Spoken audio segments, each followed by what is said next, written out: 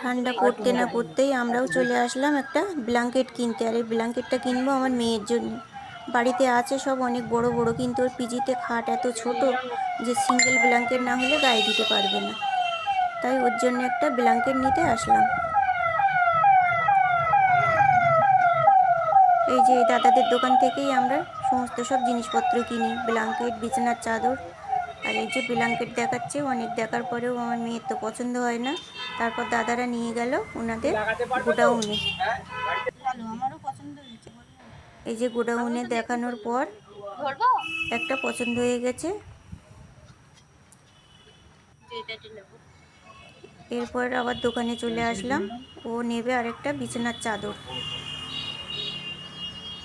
আর চাদর নিতে নিতে এত সুন্দর সুন্দর কমফোর্ট দোকানে দেখছি যে কমফোর্টগুলো আমার খুব পছন্দ হয়ে গেছে।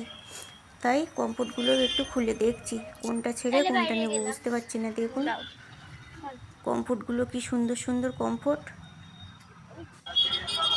এই যে। আর আমি একটা কমফোর্ট নিয়েও নিয়েছি। তো চলো দেখা হবে পরের ভিডিওয়, বাড়ি গিয়ে দেখাবো কী কী জিনিস কিনলাম।